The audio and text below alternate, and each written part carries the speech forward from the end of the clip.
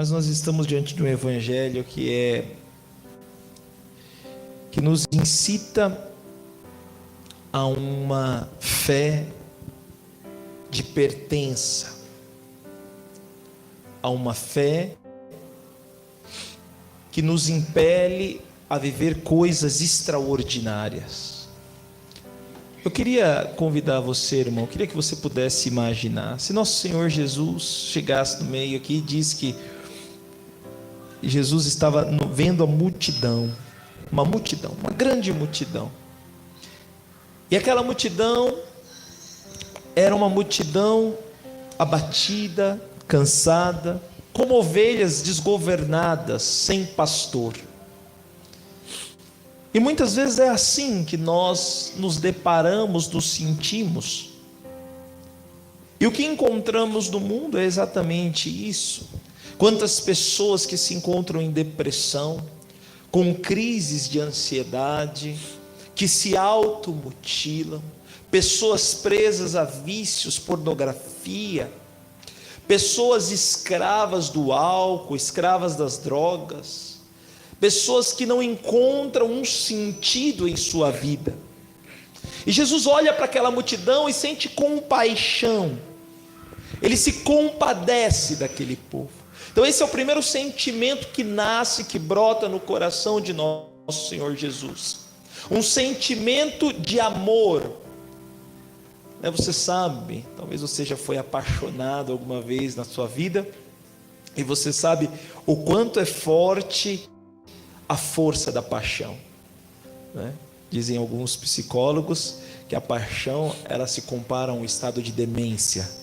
Não, porque você se torna realmente quase que refém daquele sentimento. Você é capaz de tudo para fazer a pessoa amada feliz, né? Então você faz de tudo mesmo, a ponto até de tatuar a pessoa no braço, na cabeça, né? A diretura, até tem pessoas que escrevem nas nádegas o nome da pessoa amada, entende? Então é uma loucura, você faz coisas assim absurdas por quem você ama. E nosso Senhor, por amor a cada um de nós, ele escolheu 12 apóstolos. Nós somos filhos de Deus, filhos de Jesus, mas nós somos filhos dos apóstolos, porque eles foram escolhidos 12 que representam as 12 tribos de Israel, que representavam o mundo existente na época, no período judaico. E sobre esses 12 homens, Deus edificou a sua igreja, Deus alicerçou a sua igreja. Nós relembramos aquele grande episódio de Mateus, no capítulo 16, no versículo 18, onde Jesus diz a Pedro: olha Pedro, tu és Pedro, e sobre esta pedra edificarei a minha igreja, né? E a igreja é essa expressão do povo eleito de Deus, do povo escolhido de Deus. E por herança, Deus, a partir desses 12, vai construindo a sua igreja. E Deus dá o poder. Primeiro ele dá um mandato, e depois ele dá o poder aos apóstolos de curar os doentes, purificar os leprosos, expulsar os demônios, ressuscitar os mortos. E nós devemos acreditar nisso, irmãos, que Deus efetivamente tem esse poder, e Ele concedeu esse poder àqueles que são os seus escolhidos. E nós devemos crer nisso firmemente, decididamente, determinadamente. Talvez as lepras do tempo atual não são como as lepras do tempo de Jesus, mas talvez as lepras que hoje trazemos em nós são as lepras dos vícios. Por exemplo, pessoas que são completamente viciadas em Instagram, Facebook, nas redes sociais, YouTube, não conseguem se libertar disso. Pessoas viciadas, escravas, que têm as suas lepras como a preguiça, até mesmo preguiça de pensar. As pessoas hoje a maior preguiça do povo é a preguiça de pensar. Tudo está numa palma da mão. Tudo que eu quero, tudo que eu preciso, eu pergunto para o tio Google, né? Eu não sei se vocês conhecem o tio Google, né? Tem gente que até conversa com o tio Google, né? Google, ok, estou aqui, por favor, receita gostosa, opção para o domingo. Aí, ok, aí ele fala ok, olha, encontrei aqui, aí te dá todas as receitas, te dá o modo de fazer. Então tudo a gente recorre para o tio Google, né? E o tio Google é quase um Deus, e isso vai anestesiando o nosso cérebro. E hoje nós temos uma inversão de valores, porque o que acontecia? O homem, ele ia atrás do saber, porém era impossível saber tudo no mundo. Então algumas coisas o homem se especializava. Hoje não. Hoje nós somos bombardeados de informações que o nosso cérebro não é capaz de capturar, de captar, e isso vai levando as pessoas ao chamado borderline, ou seja, um estresse excessivo, compulsivo, que vem pelo excesso de informações. A cabeça buga, o tico e o teco não funciona, e isso vai levando a mente humana a uma anestesia, e o homem vai ficando tíbio, preguiçoso. Tanto é que se reflete que num futuro muito próximo não tenhamos profissionais capazes até de gerenciar as coisas, de conduzir as coisas. Hoje você observa pessoas com universidade que não sabem ler. Não sabem ler. Jovens de 18 anos que não sabem escrever. Não sabem colocar uma pontuação, não sabem fazer uma frase. Ou seja, o nosso mundo, ele está definhando. E tal qual como no tempo de Jesus, hoje somos nós, muitas vezes que estamos perdidos, mas pela graça e pelo poder de Deus, hoje Deus está te encontrando. Talvez Deus te encontrou através desse retiro online, talvez você é uma pessoa realmente comprometida com o nosso Senhor. E todos nós que somos comprometidos e chamados pelo Senhor, assim como diz na primeira leitura, o que nos faz ser escolhidos de Deus é a nossa capacidade de ouvir a voz de Deus. Portanto, se ouvirdes a minha voz e guardar a minha aliança, ou seja, ouvir a voz de Deus e não romper com a aliança com Deus, sereis minha porção escolhida dentre todos os povos, porque minha é toda a terra, e vós sereis para mim um reino de sacerdotes e uma nação santa. E se nós olharmos para a vida do batismo, nós somos isso. No batismo nós nos tornamos rei pela realeza de Cristo, porque Ele é Deus, e pelo fato de sermos configurados a Cristo. Ser configurados significa ser parte de Cristo, como membro de Cristo.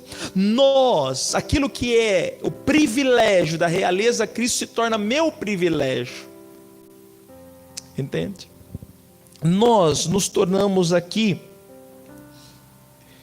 uma nação de sacerdote, no sumo sacerdote que é o Cristo, ou seja, o sacerdócio régio de todos os cristãos. Então eu ajo com a cabeça e com a capacidade do Cristo.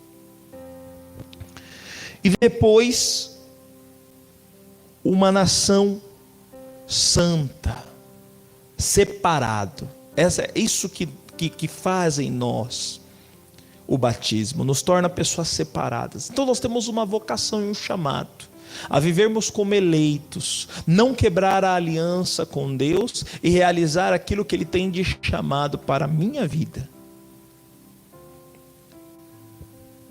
E como é forte isso, porque isso é uma graça de Deus.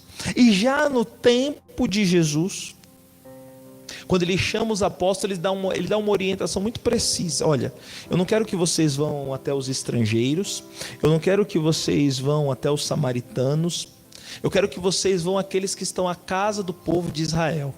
Se nós traduzimos e façamos uma hermenêutica é trazer a palavra e contextualizá-la no dia de hoje. O que Jesus está querendo dizer aqui com essa palavra? Gente, nós devemos evangelizar, sobretudo, aqueles que são da igreja, os batizados, porque são desviados. Tem muitos que estão desviados, muitos que estão perdidos, muitos que não querem se comprometer com a vida de Cristo. E eu queria dizer que esse chamado dos apóstolos, que hoje Jesus fez, escolhendo, instituindo alguns apóstolos, por inércia, por configuração, pela graça dos apóstolos que é derramada neles e chega até nós, nós também somos chamados a curar as lepras, a ressuscitar os mortos, a sarar os enfermos, a curar os doentes. E nós devemos acreditar nisso. Deus nos chama a uma vida nova, não para nós nos sentirmos bem e vivermos uma fé hedonista. O que isto quer dizer, padre? Uma fé do meu prazer. Ai, estou me sentindo bem, ai, que delícia ser de Deus, que maravilha, não tenho problema, não tenho dificuldade, tudo está muito bom aqui. Mas muito mais do que isso, Deus quer satisfazer o teu coração para que você seja capaz de ir a outras pessoas, porque a messe é grande, mas os trabalhadores são poucos. E hoje nosso Senhor, Ele faz um pedido: vamos rezar para que venha mais trabalhadores para a messe do Senhor, para que venha mais pessoas a ajudar no caminho de Deus. E quem trabalha para valer na messe do Senhor sabe o quanto é fadigoso, sabe o quanto é desafiador anunciar o Evangelho. E é por isso, meu irmão, que Deus quer contar com você. Você que acabou de fazer esse retiro online, eu acredito que as pessoas que promoveram esse retiro para você já falaram: olha, você quer fazer parte da nossa família? Você gostaria de proporcionar essa experiência a outros? Você tem pessoas que gostaria de convidar?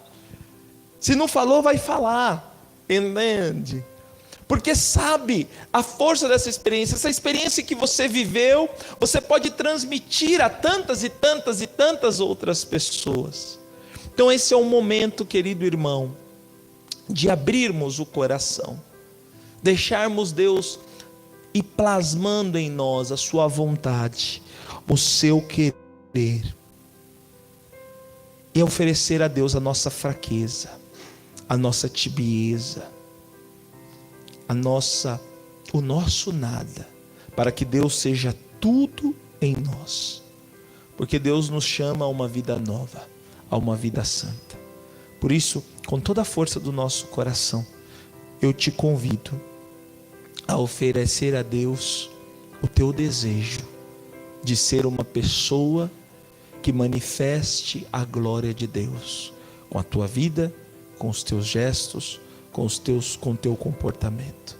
E por fim, concluo essa pequena meditação, essa pequena reflexão, porque a força e a graça de Deus em nós, ela é uma força, é um chamado que nos constitui. Por isso que os apóstolos, que significa enviado, eles não são mais o mesmo a partir do chamado de Deus. Portanto, a partir do momento que Deus nos chama para viver com Ele, Ele vai nos transformando. E nós percebemos essa mudança em nós. Nós percebemos quanto diferentes somos quando estamos sob a ação da graça de Deus, né? Se eu pedisse aqui, tem o penitência, conhecido como penitência, o Givaldo, conhecido como penitência, porque levou tanta penitência na nossa casa de acolhida, né? O homem que mais levou penitência, né? Tanto levava penitência, tanto para perceber como era ruim. Então, se Deus transformou esse cabra, né? Mostra ele lá. Então, se Deus transformou esse cabra aí, é isso, dá um tchauzinho aí, penitência. Muito bem. Se Deus transformou esse cabra que era ruim pra caramba, Ele vai transformar você também. Entende? E aqui eu queria dizer isso, não? O Givaldo poderia falar hoje para nós que o que muda a vida dele é o fato de estar na presença de Deus, propriamente o que diz aqui a primeira leitura. Portanto, se ouvirdes a minha voz e guardardes a minha aliança, sereis uma nação santa, sereis como sacerdote, um reino de sacerdotes. E hoje ele é o sacerdote da sua casa, da sua família, trabalha em 2 empregos, trabalha aqui, onde você trabalha aqui? Na casa transitória aqui, trabalha aqui, depois durante a noite trabalha aqui, durante o dia, quando está normal, sai, rala para vender trufa, e luta, se esforça, está no grupo de evangelização, serve a Deus. É isso que vai santificando o ser humano, quando ele se decide por Deus. Se esse cabeça dura, né, com todo carinho eu falo isso, deixa de fazer isso, daqui a pouco você vai ver ele cachaçado, drogado, dando trabalho, chato pra caramba. E eu já vi, viu? Deus me livre. Continue na presença do Senhor, porque você é chato pra caramba. Vai ser chato assim lá no quinto dos infernos, viu? Porque, cabra, quando a pessoa tá fora de Deus, nem o diabo quer, cara. Até o diabo fica melhor que a pessoa. Meu Deus do céu, gente. Entende? Né? Eu tô brincando, mas eu tô falando sério. Né? A gente precisa estar sob a ação de Deus, sobre a graça de Deus. Né? Eu quis mencionar o exemplo dele porque isso é possível. Amém?